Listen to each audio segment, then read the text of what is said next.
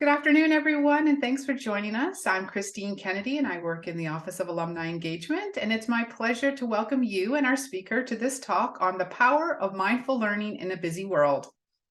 For many of you, you'll be familiar with our speaker, Shrey Vazir. He leads our mindfulness sessions, and they will be starting up next Friday. So I will put that in the chat for you if you'd like to enroll. But today we're going to listen to a lecture that Shrey has organized for us. Shrey is a McMaster grad, and he is a registered physiotherapist and a mindfulness meditation facilitator.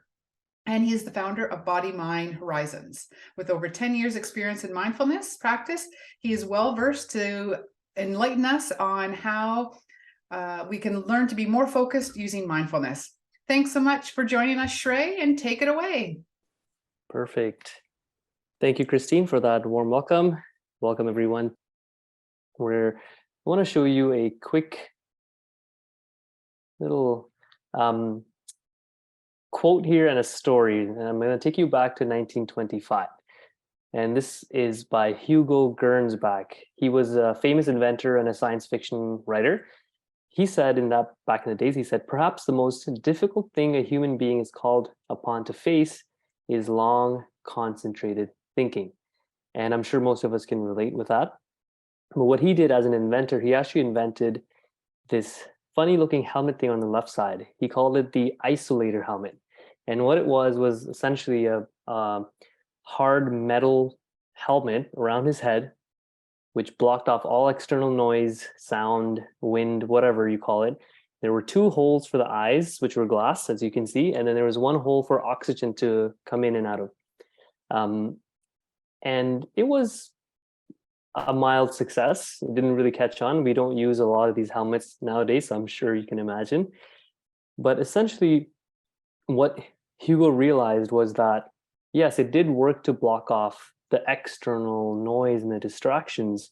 However, what he realized and what modern neuroscience shows is that most of us are not distracted too much by the outside world. It's actually our inside world, our internal minds are what keep us from being focused. And I'm going to show you a number that's going to kind of blow your mind. 47%. This is the percent of time during the day that our minds are on what we call autopilot mode.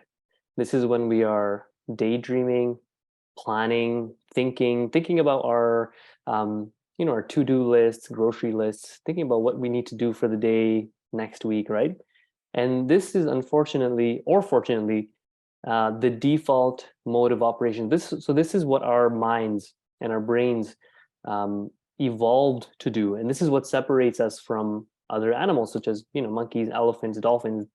They don't do this. They don't daydream. They don't plan for the future or think about the past. And although it's good for us as a species and helped us evolve and do great things, it comes at a cost. And that's when we get to this slide over here. We talk about when our ancient brains, which have developed, they haven't changed much in the last thousands of years, but our modern world has changed very, very rapidly. We live in an age of an information overload, right? There's hundreds, if not thousands of distractions around us.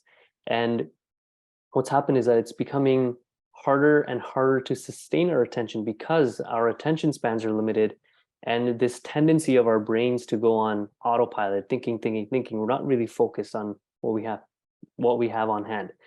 So the question becomes, and the question that I'm going to hope to answer during this talk is, how do we focus? How do we reduce our mind wandering?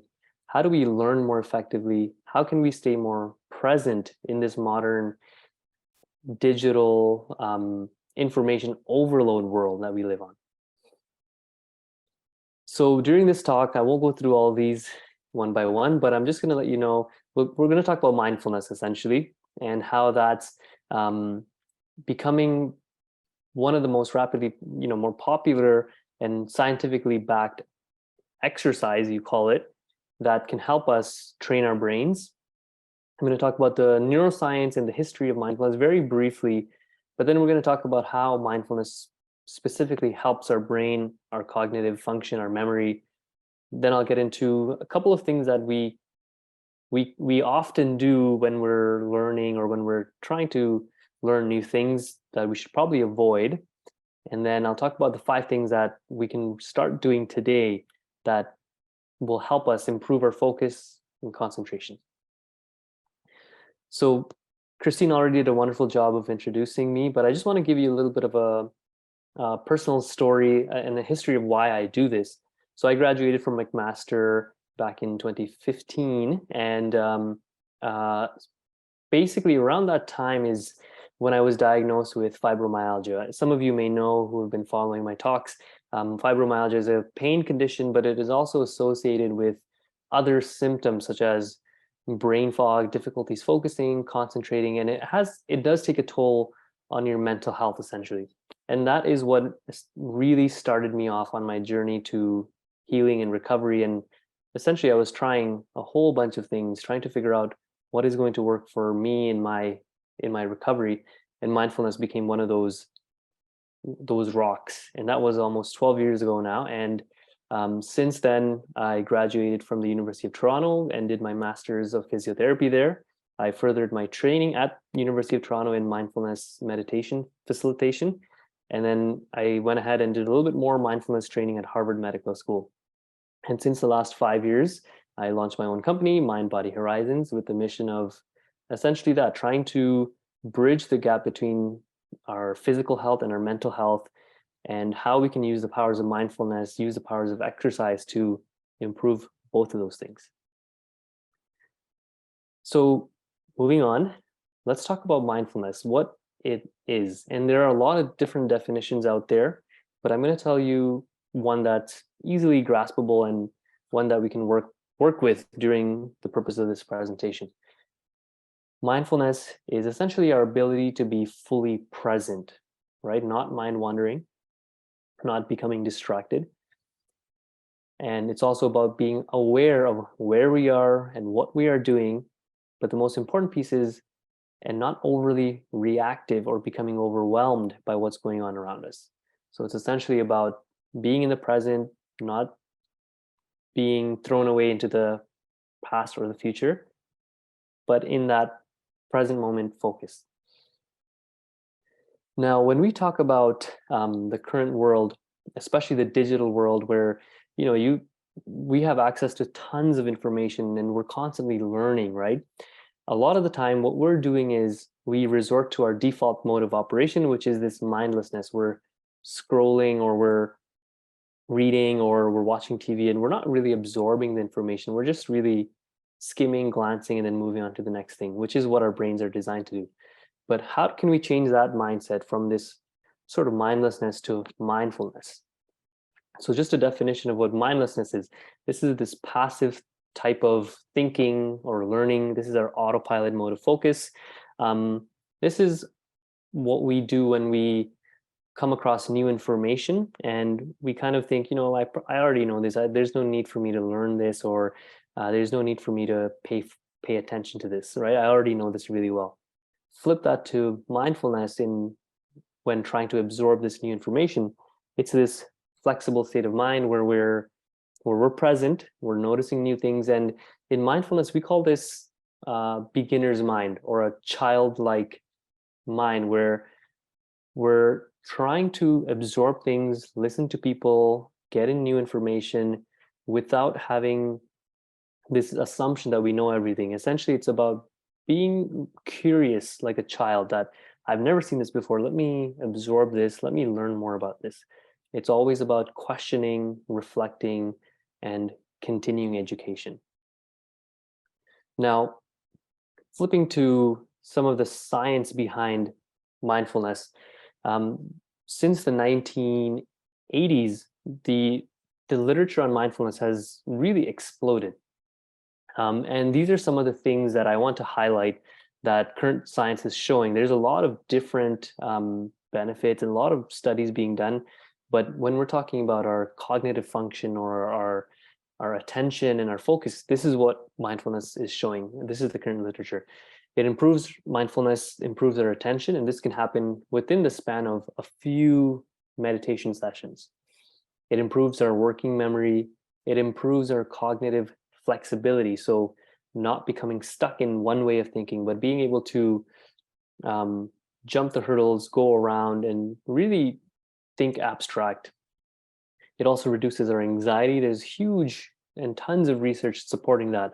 It's one of the most effective interventions now, mindfulness, in terms of reducing our stress.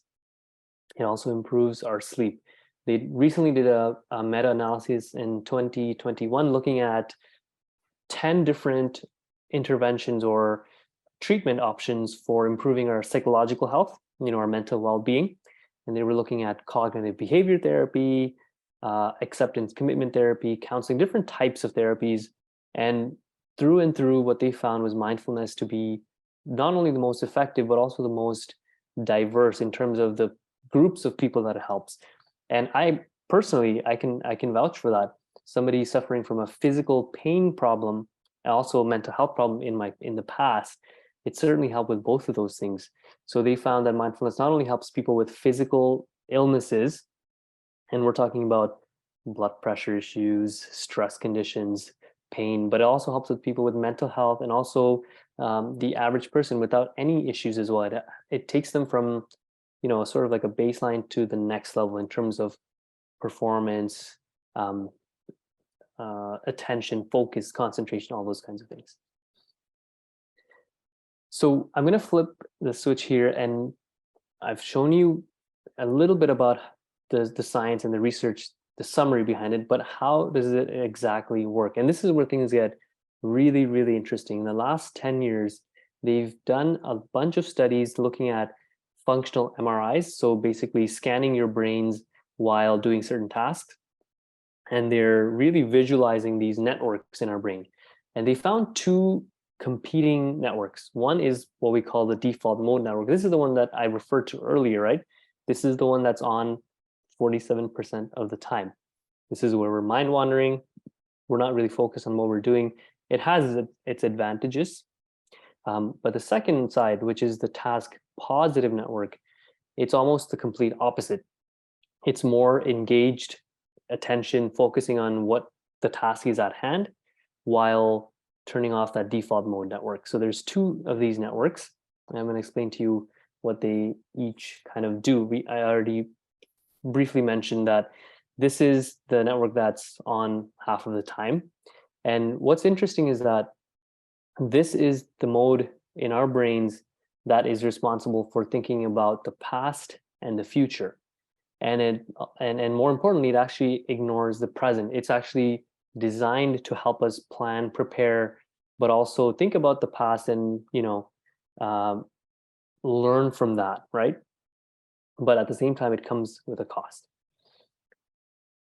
The task positive network, which is the second one that I mentioned, responsible for the here and now. This is the action network. This is the one that's responsible for when you're doing a difficult task. Maybe you're playing a sport. Maybe you're delivering a presentation like this, or you're doing something difficult at work and you're fully focused. This is the network that is responsible for that. And what's really, really cool here is that when this network is on, the other network is actually off. There is no rumination, that constant thinking. There's no worries about the past. There's no worries about the future. And that's exactly what the current research is showing. And they're finding that mindfulness and meditation, first of all, leads to reduced activity in that default mode network, which we talked about, that autopilot mode of being. And the other thing that they found was that the more you practice mindfulness meditation through the process of what we call neuroplasticity, which is, learning to rewire the brain, right? It's thinking about, learning to play an instrument or learning a new sport or learning a new language. Neuroplasticity is what allows us to learn new things. And the more we practice, they call the 10,000 hour rule, the more you practice something, the better you get at it. And essentially that's what we're doing with mindfulness. The more you practice mindfulness meditation, the easier it is for you to activate that task positive network and also reduce the activity of the default mode network. And that is just mind-blowing, that just the sheer act of focusing in the present moment, whether it be breathing exercises or just being aware and present with your loved one. Just the act of doing that on repeated, and you're literally rewiring your brain to be more attentive and more focused. Now, I'm going to explain this to you with an example, and I'm going to give you. It's the same thing that we're doing. I'm going to ask you to remember a time when you were eating your favorite food. Example A is thinking about a time when you were very, very stressed, or you were very overwhelmed. Something difficult happened in your life. Maybe you changed cities, or you had a big project coming up. During that time, can you remember eating some food? And looking back at it, do you remember the taste of the food, or the texture of the food, or the flavors of the food? Likely not. And that's essentially our mind on autopilot. When we're worried, when we're stressed, we're not thinking about what we're doing, what we're eating. We're usually mindless in our sense. And I do this too. I'm not saying I'm a perfect being and I'm able to be mindful all the time. It's a work in progress for all of us. Now flip to the second example. I'm going to ask you to think about the last time you ate your favorite food. It could be, your favorite dish of all time. You went out to a restaurant. You had waited to eat this specific thing for over a couple of months or weeks. And thinking about that time, do you remember the smells, the taste, the textures, what you were eating, the colors of the food? Probably more chances of that being a yes than the first example. But more importantly, do you remember being worried in that moment? Do you remember being worried about the future or the past in that moment? Probably not, because it comes down to this. When you are present, when you're fully present, it's almost impossible for your brain to be worried. But what it comes down to, and I'll repeat that again, you can't be worried and present at the same time, right? And that comes back to those two networks in our brain. They're almost working in competition. So if your mindful muscle, or that network of task positive network, is working, you cannot be mind wandering and thinking about anything else in that moment and at the same time, right? That's essentially what it comes down to. Now, this is all good in theory, right? They're doing this work in the lab, but how do we translate this to us? How can we start using this in our day-to-day life? And there are ways, and I'm going to show you that in the next half of this presentation. And this is where we talk about the practical applications, right? How do we apply this theoretical knowledge? And there's a lot out there. First things first, I'm going to show you, and this relates more to learning, or, if you're a student, or which we all are at certain points in our lives. These are some things that I want to point out that we want to avoid. And these are examples of what we call mindless learning, or trying to absorb new information in a not so effective way, even though they might be popular. There was a study that was done back in 2017. They looked at all different strategies to help us focus, learn, and these are some of the ones that came out to be at the bottom. So highlighting is one thing, rereading and repeating, right? We're taught in school from a very young age that, if you just repeat something in our mind, like a word or a phrase, it's better to, it'll help us remember it. Or, people highlight their textbook, or while you're reading a book, you might be highlighting a lot of different things. That's not the most effective way, is what research shows. And then the last one, which is something that we all do, I do it all the time, but it's multitasking. And it is one of the biggest myths in our modern world. Multitasking, although people praise it, and we are, in a world where we're asked to do so much at the same time, unfortunately, it comes at a cost, that cognitive cost. It divides our attention, and our performance for each task actually diminishes quite a bit. And mindfulness is essentially the opposite of multitasking. And I'm gonna talk about that in the next half, where we talk about what we actually can do, right? So I'm gonna talk about 5 ways, and these are derived from the latest science in mindfulness-based techniques, of course. But when you search online on Google, there are so many blogs and videos about life hacks, right? Hacks and things that are, how can I improve my focus? How can I improve my memory and concentration? And then you'll see a whole bunch of things. So I kind of went through all of that, and I found 5 of the most effective ways, 5 ways that most people, have a consensus on, that these things do work. So the first one is creating a structure. And although this is, it sounds cliche, making a timetable of some sort, but when we talk about being present or being mindful, it really does come down to doing one task at a time, one day at a time. And in the mindfulness world, we call it working in containers of, whether that be a morning container, an afternoon or evening, or even by the day, right? You may, in this strategy, what you may do is pick 2 or 3 things that you're going to do for that day and leave the rest. And you're going to work on Monday as Monday, Tuesday on Tuesday, Wednesday on Wednesday. And this really allows you to focus on one thing at a time. Number 2, taking regular breaks to recharge and restore your energy. And we're going to talk about this in just a little bit, a couple more slides.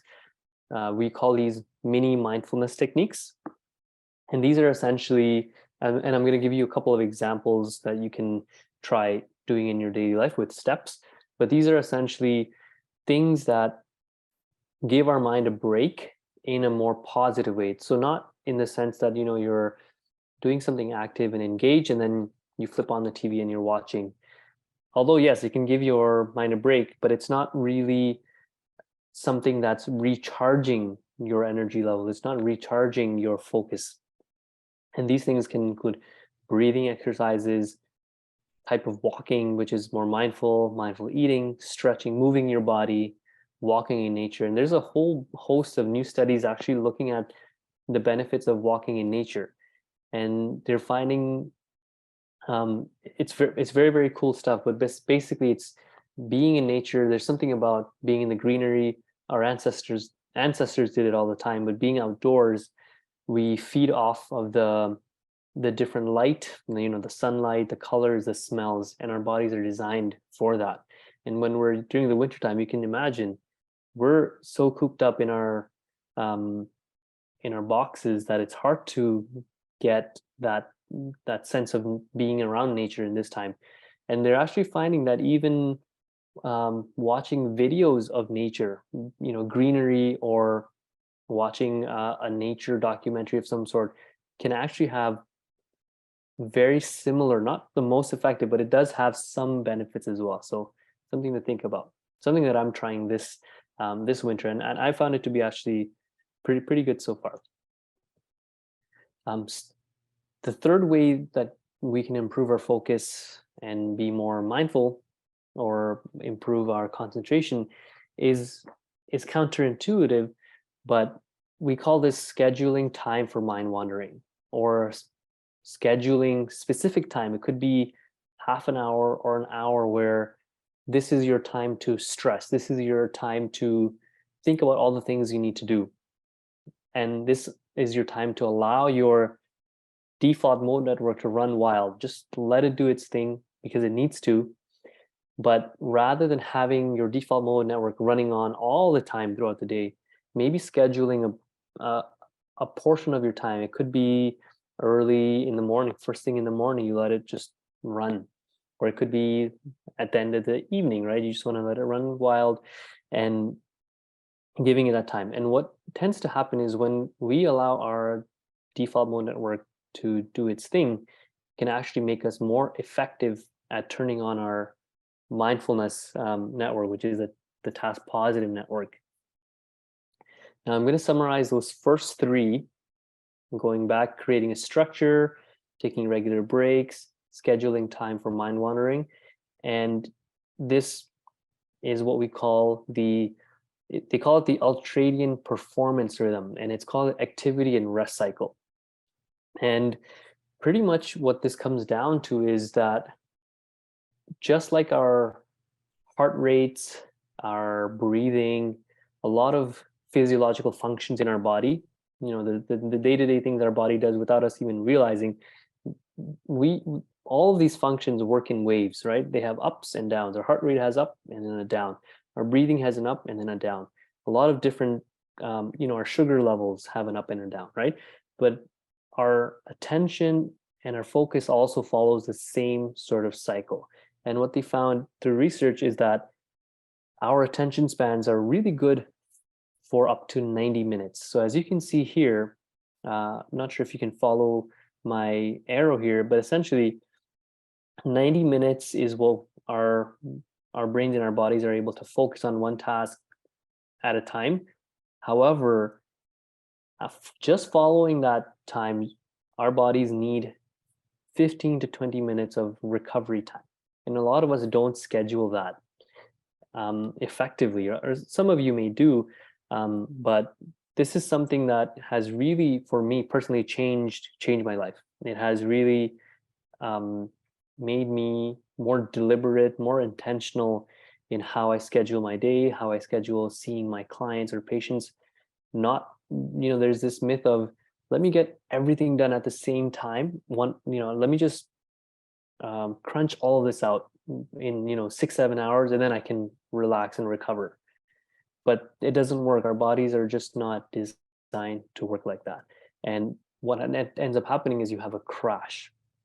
So what you want to do is work with your body, work with your brain and your attention in this kind of cycle, allowing, and everyone is different. It's not always 90 minutes and 20 minutes.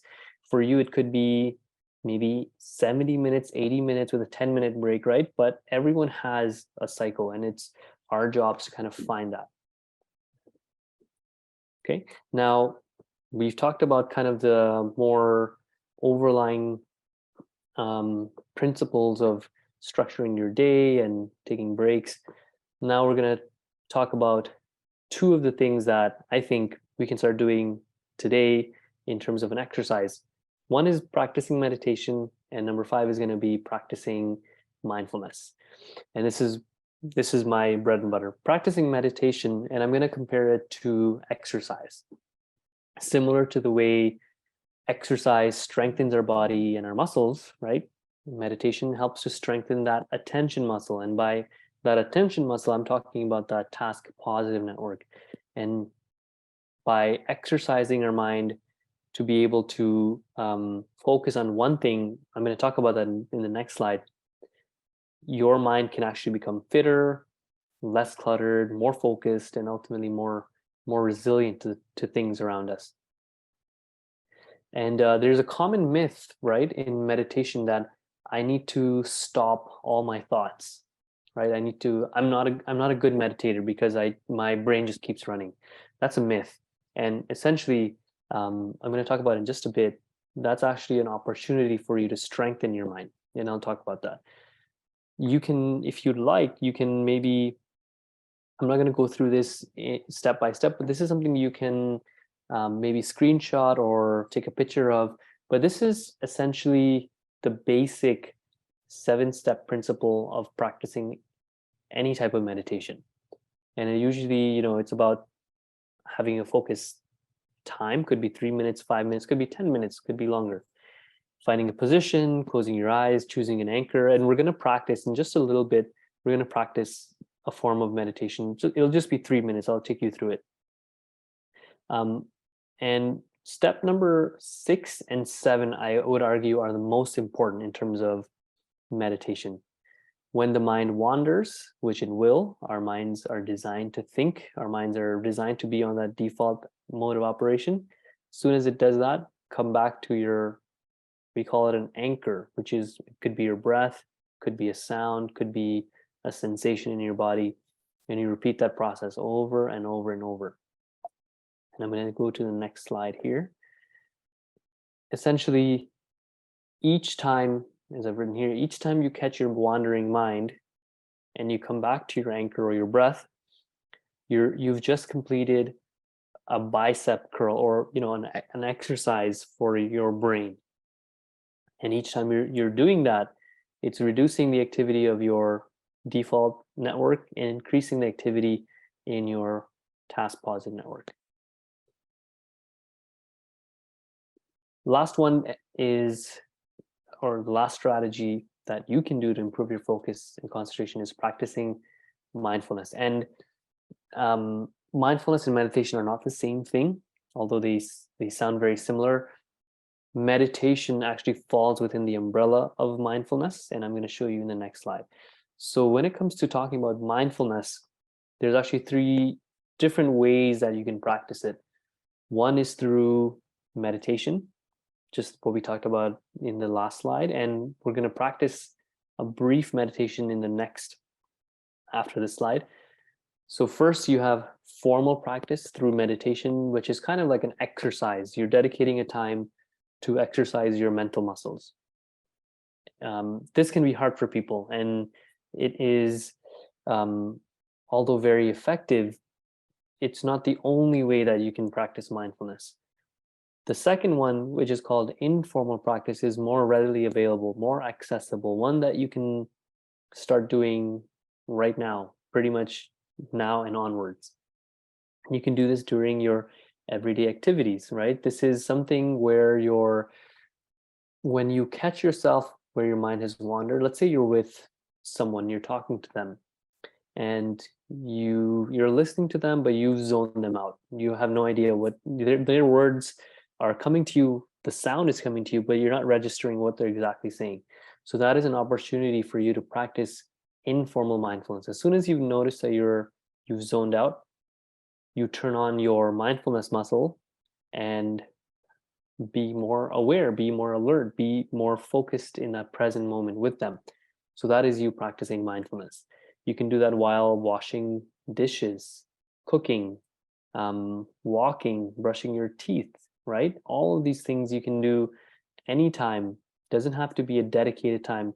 That's the beauty of mindfulness, that we have an opportunity to do this anytime and anywhere. Sometimes I actually like to do mindfulness in a busy line. For example, when you're at the grocery store, or you're waiting for something, you're in a line, right? Usually our mind is wandering.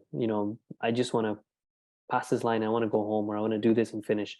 But maybe the next time you're in a line like that, you're waiting, seeing if you can practice being more mindful, looking at things around you, looking at the people around you, noticing the colors, different objects, all these things. And that's mindfulness right there.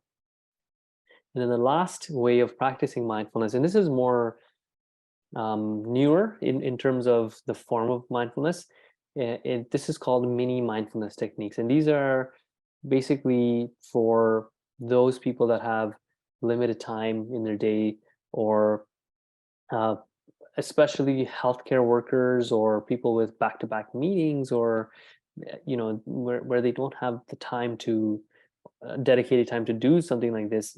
Then you can do mini mindfulness techniques, that range from 1 minute to maybe 3 minutes, and they're very short, and I'm going to give you some examples in just a bit.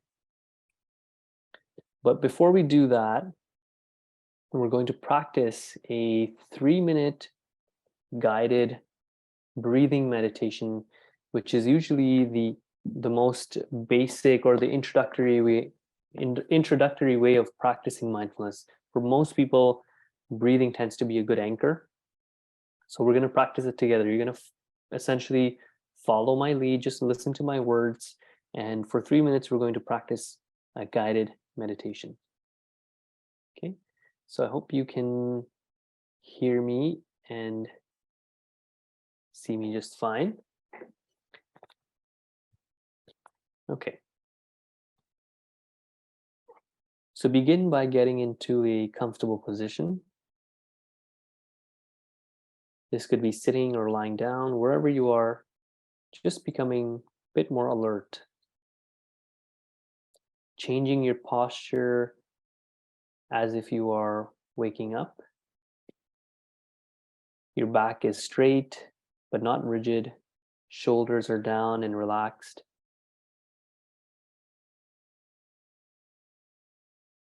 And when you're ready, gently closing your eyes or keeping your eyes open with a soft gaze, whatever is comfortable.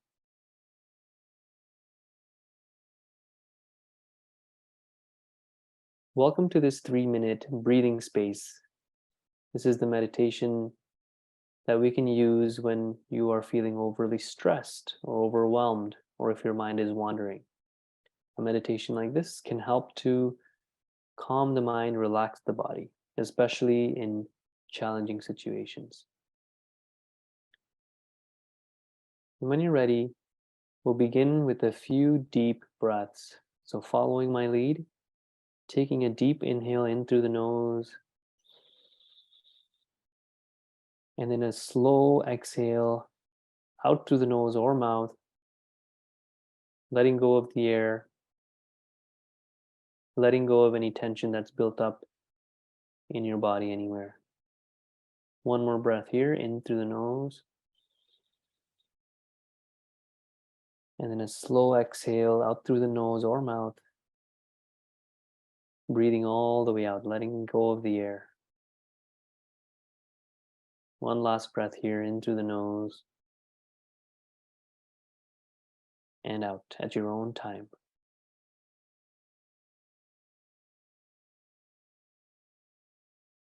And just allowing your breath to resume its natural rhythm, not trying to change your breathing in any way. Maybe letting go of any noises or distractions around, becoming more alert and curious of what's going on right now in your mind and body. Noticing if there are any thoughts that are around, any specific feelings, any sensations in your body. Not changing or wishing anything was different, just becoming aware of what's already here.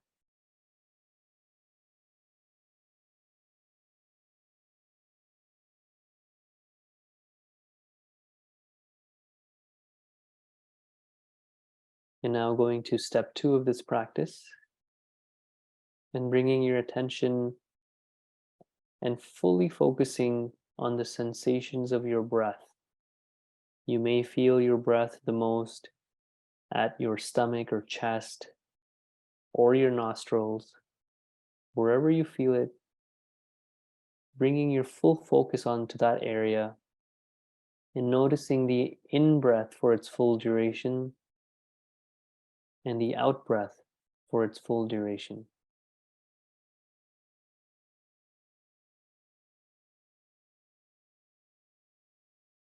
If your mind wanders, simply noticing where it has gone and then bringing it back to your breath.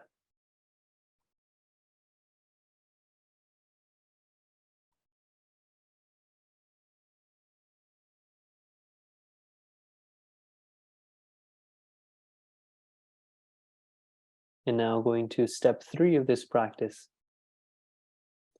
moving your attention away from your breath to your whole body.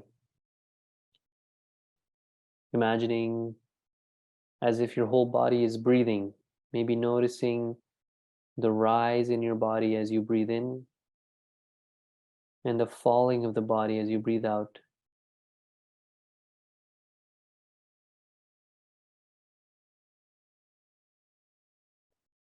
Now becoming aware of your posture, your facial expression, the sensations on the surface of your skin, feeling the rising and the falling of the body in your chest as you breathe, and holding all of these sensations right now just as they are.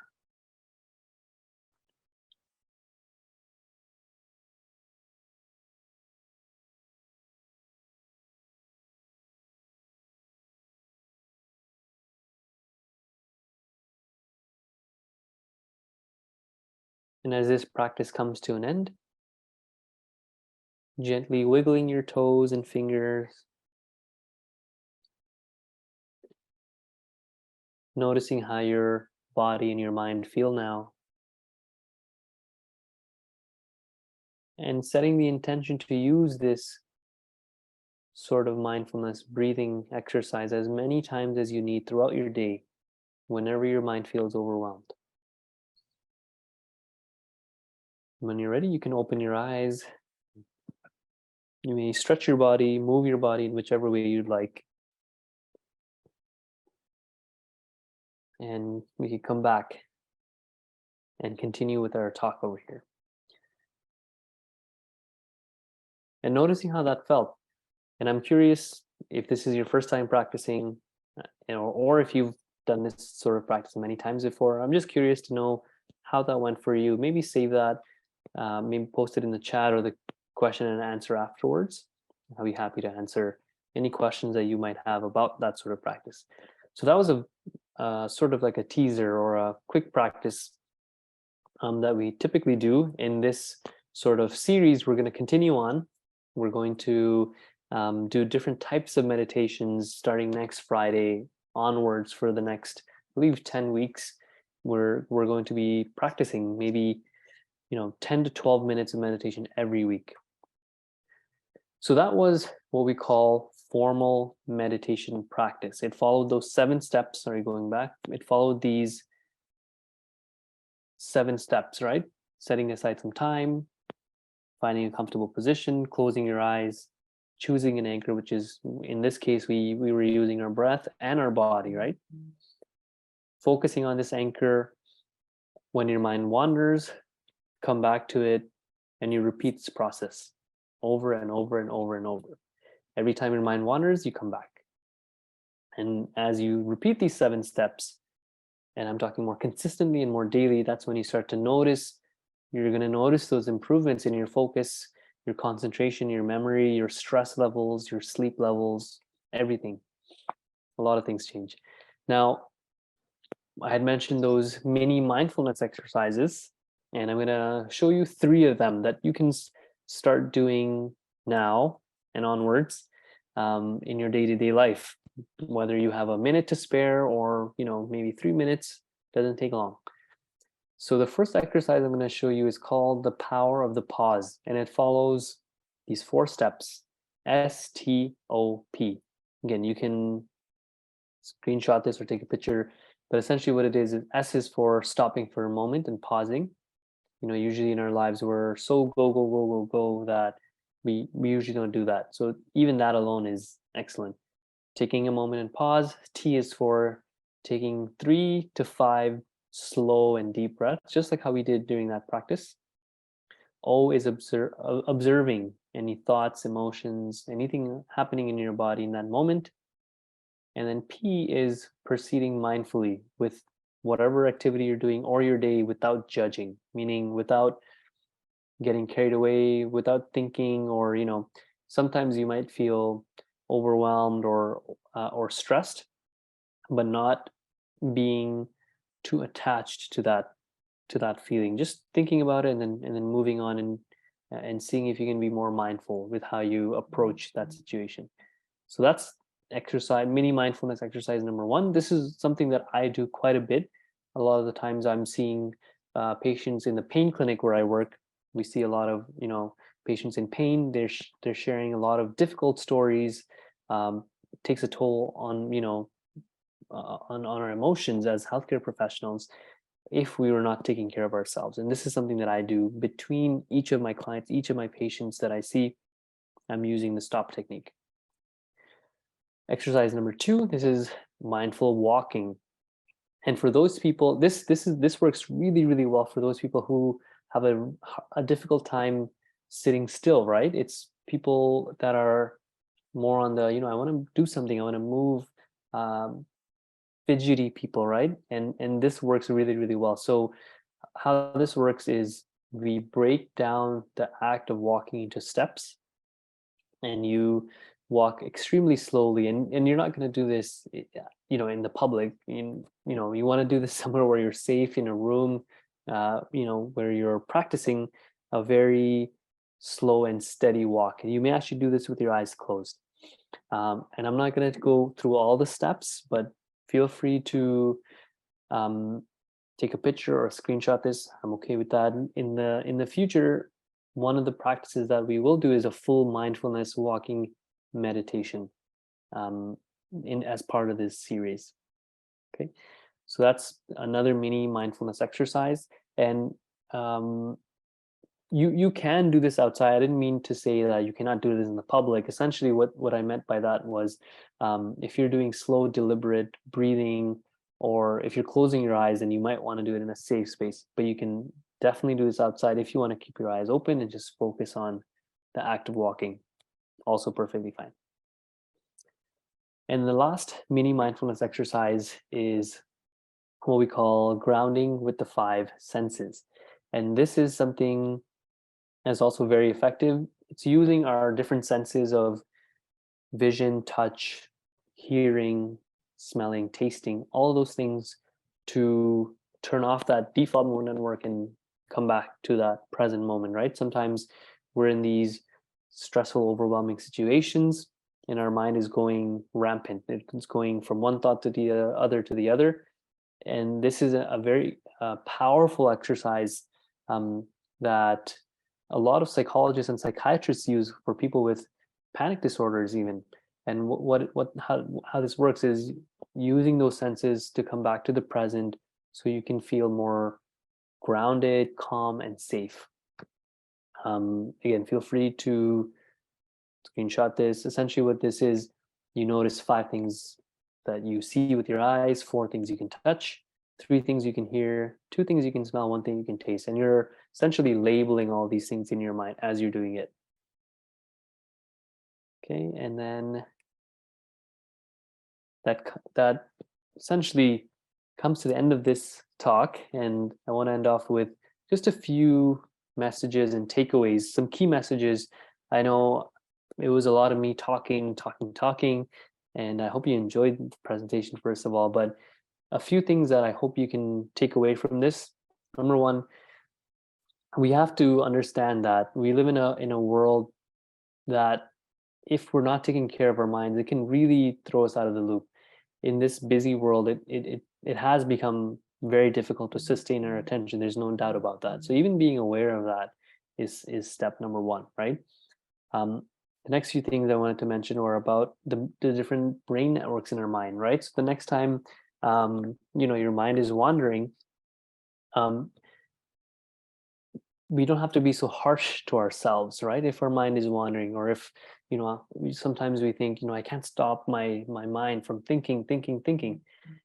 It's not a bad thing. This is what our brains were designed to do, evolved to do, right?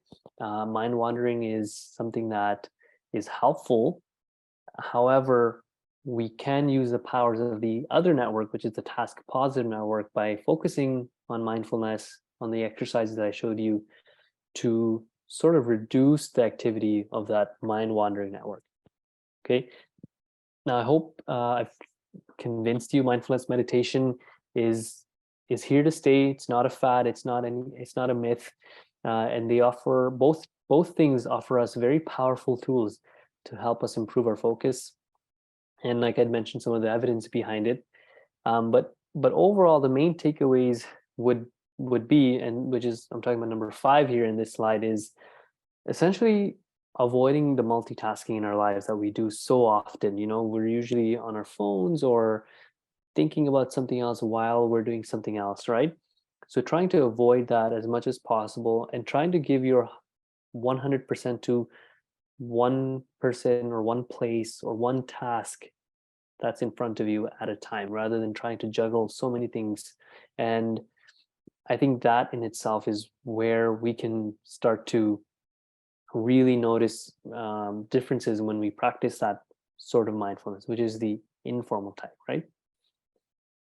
So I'd like to end off with a quote, as we usually do in our sessions as well. This is by Eckhart Tolle, the author of The Power of Now. He says, "Realize deeply that the present moment is all you will ever have." And I think it's a very relevant quote to the talk, but also for the practice of mindfulness. That's essentially what it comes down to. It's about being in the present, and not allowing your mind to take you on a journey or a ride that you don't want to take. We can train our minds to be more focused and present with practice. And a little joke here, if nothing helps from this presentation, you can always try this helmet if you can get your hands on one. I'd love to try it out myself too. So we'll end it there. If there's any questions, I'd be happy to answer them. If there's any comments, insights, feel free to share them in the chat or the Q&A. We will be continuing on these Friday sessions next week. And Christine, is it 12:15 or 12:15, right? 12:15, our regular 12:15, yeah, 12:15 to 12:30. 12:15 to 12:30. So there'll be 15-minute session, so not at 12. I know today we started at 12, but the future ones are going to be all at 12:15.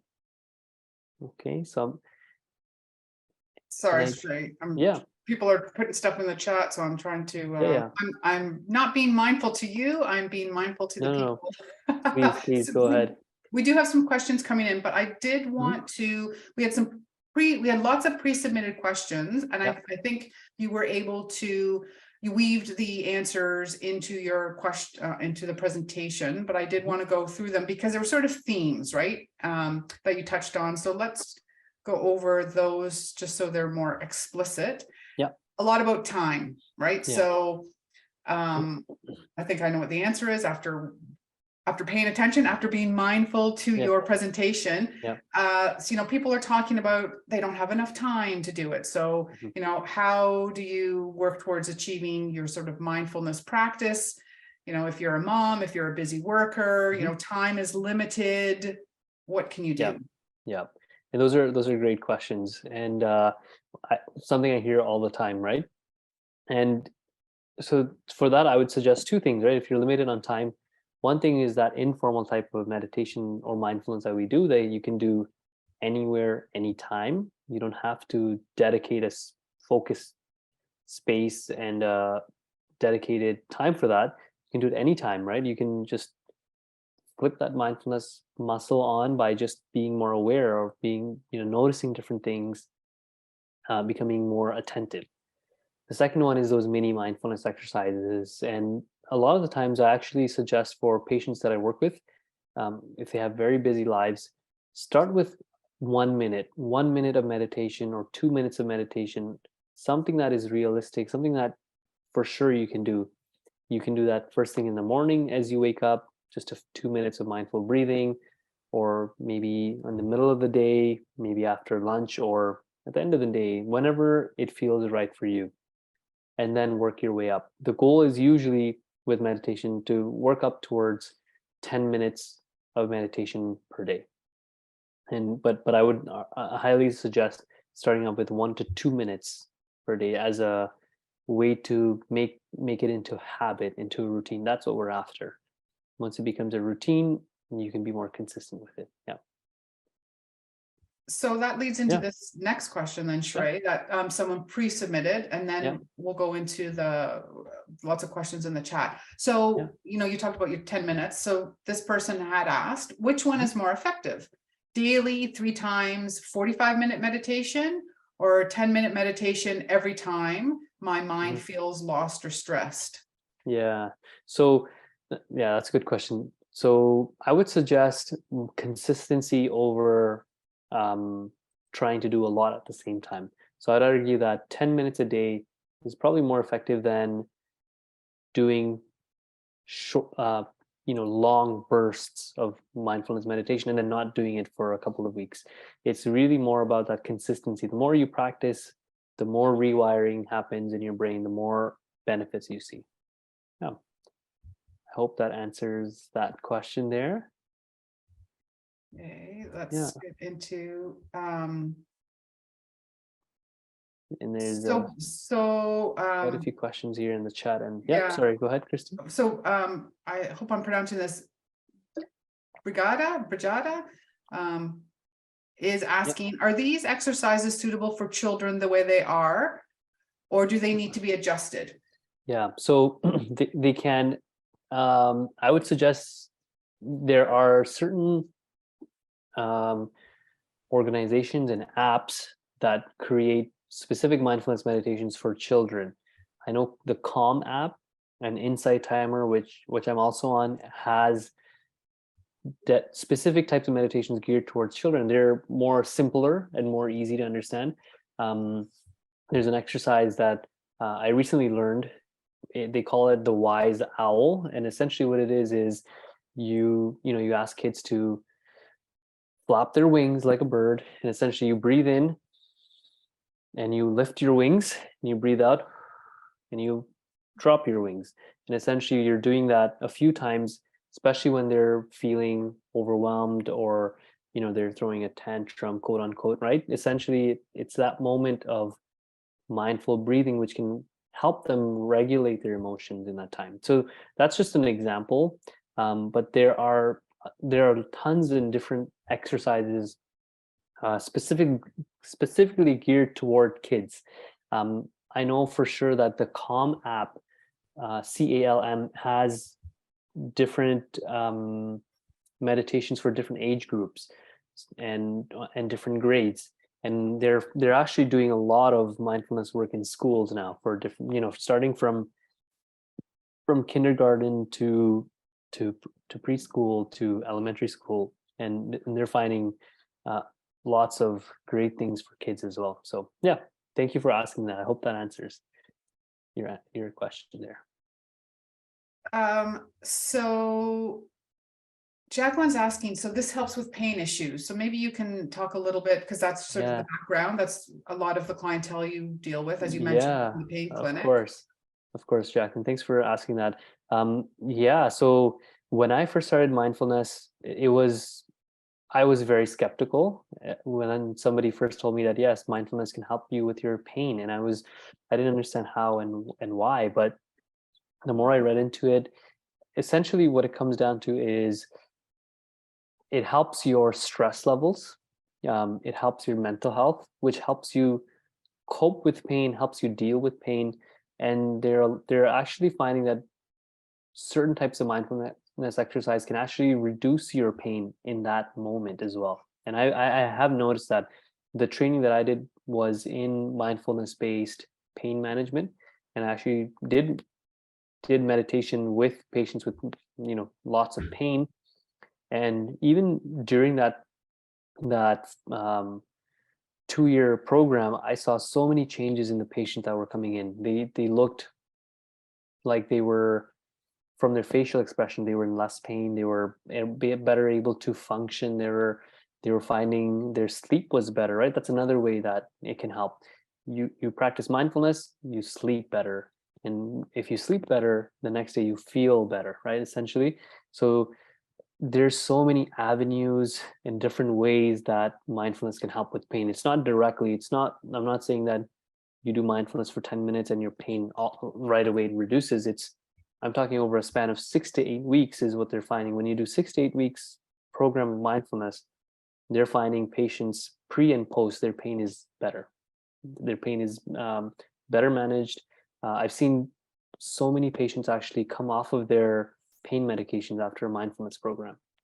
And that's exactly what we do in our pain clinics. I work with a psychologist. We lead weekly sessions for patients with pain, and they're finding that their pain is better managed with just breathing exercises and these sort of mindfulness techniques. So there's a lot of power here. Yeah. So Shrey, can I ask a question? Is it kind of, you talked about the default network mode and the task positive. Yeah. Yeah, task positive. Is it, and you have the two pictures of, because you can't do two things at once. Is the idea sort of with pain management the same thing? So if you're mind wandering, you're feeling the pain. Right. But if you're on task positive, if you're being mindful, is that sort of the idea behind it? That's one idea for sure. There's that form of, the idea that what you pay attention to grows, right?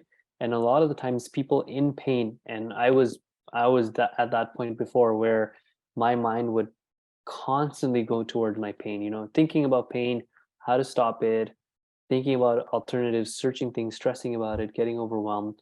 Um, and that actually grows your pain. It adds layers to your pain. But essentially, with mindfulness, where the goal is to peel back on those layers and being able to focus on that present moment, right? Where you're not being overwhelmed and thrown away in that pain cycle. So I'm not saying that it works for everyone. I'm not saying that you do mindfulness and your pain goes away. It's not like that. It can take months to years for people in severe pain to um, see benefits with mindfulness, but it can be effective. Yeah, and there is neuroscience to support that. Exactly. That's great. Yeah. So this is a question that comes up all the time. I think Yeah. Dan has asked it before, but this time's Mary is asking it.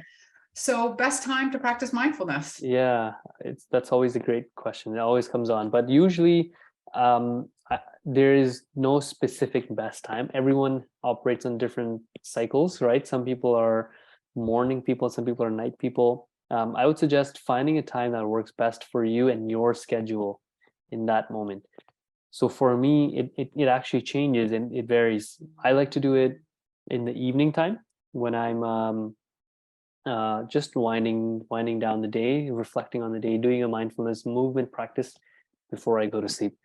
But there are days that I do it in the morning, right? I wake up, do a few breathing exercises, and then think about what I'm grateful for, things like that. There's different types of mindfulness as well. We'll get into the series as well.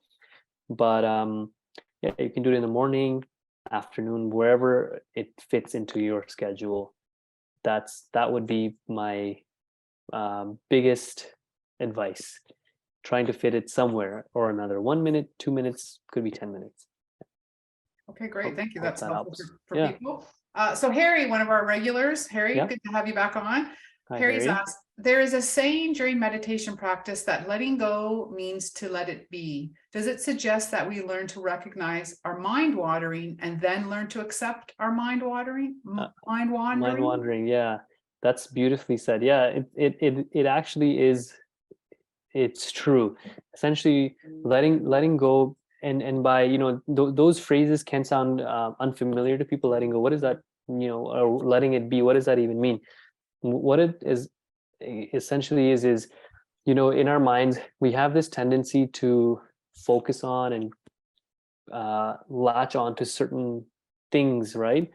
For example, if somebody's meditating for the first time, they're thinking, oh my gosh, like this is too hard, this is too difficult, I can't stop my mind from wandering. But the thought is to actually let go of that thought, right? To try to let go of um, to notice that thought that yes, this is difficult, my mind is wandering, but then letting it pass, coming back to your breathing. And with that, um, first of all, you're not so harsh towards yourselves when your mind is wandering because you can't stop it. I've been practicing mindfulness for over 12 years and my mind still wanders. It's supposed to wander, but it's what you do about it afterward is what matters.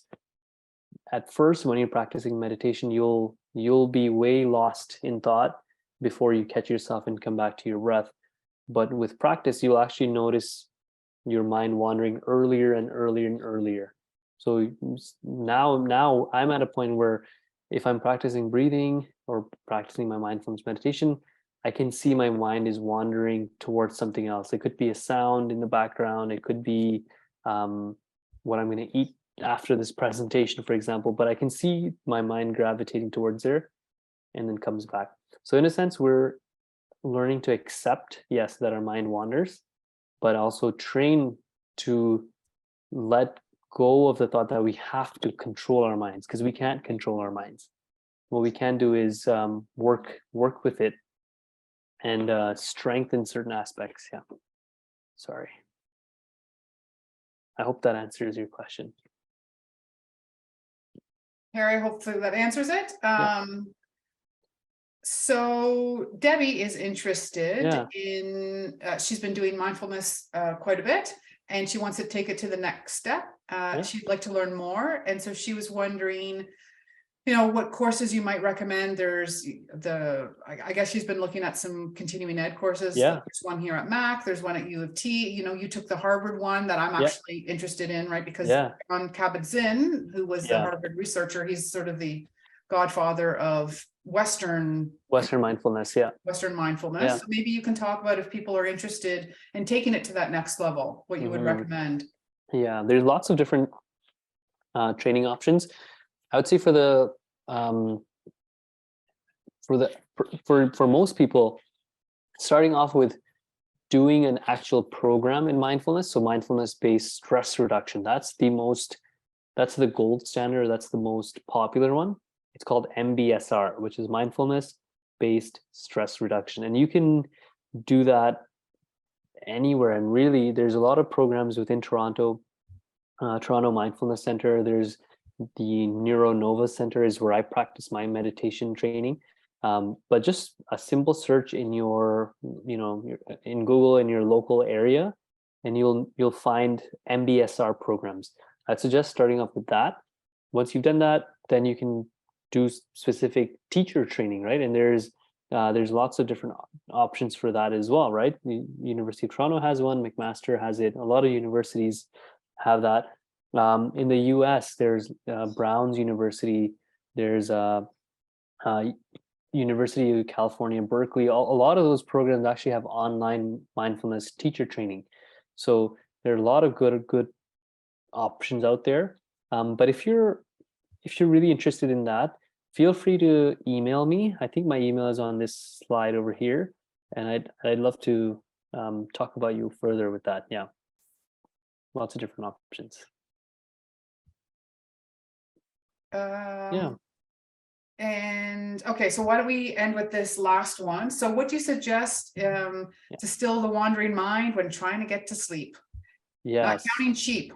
Not counting sleep. Yeah, to sheep. So usually there's different practices for sleep specifically. One is called the body scan meditation, and that tends to be a good one. Basically, how it works is you notice areas in your body, starting from the bottom of your feet to the top of your head, and you allow different areas to just soften or become heavier. That tends to help people sleeping, but really any exercise, and sometimes it's about trying to find the right mindfulness exercise for you that will work at night. So for me personally, I'll give you an example. I do mindful movement meditation before I sleep. So I'll do a very slow, breathing focused, stretching, kind of like yoga, but more mindfulness, which really helps me unwind, really helps me still my mind, and that helps me sleep a lot better right afterwards. But while you're lying in bed, you may do a breathing based meditation or different type. We'll go through, within our series. There's a specific one that we've done in the past. It's a sleep meditation, and there's different techniques within that you can use to help fall asleep as well.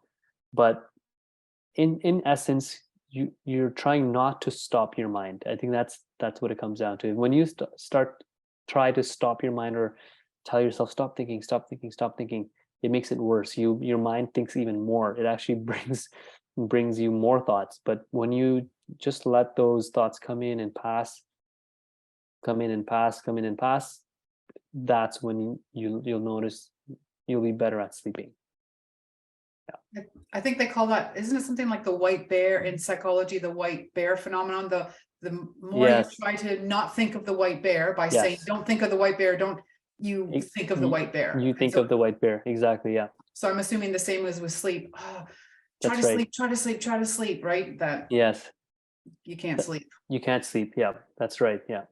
So essentially it's about, again, it comes down to letting go, right? Letting go of certain thoughts. So having them come, not trying to stop them, but as soon as they come, you notice that thought, letting it pass, maybe by focusing on your breathing or another part of the exercise. Wonderful. Well, Yeah. I do notice, Shrey, it's a little after 1:10, and I want to be mindful of people's time Yes, and your time as well. So once of course. again, thank you. Lots of great comments in the chat. Yeah. I think we have some new people signing up for the series next week.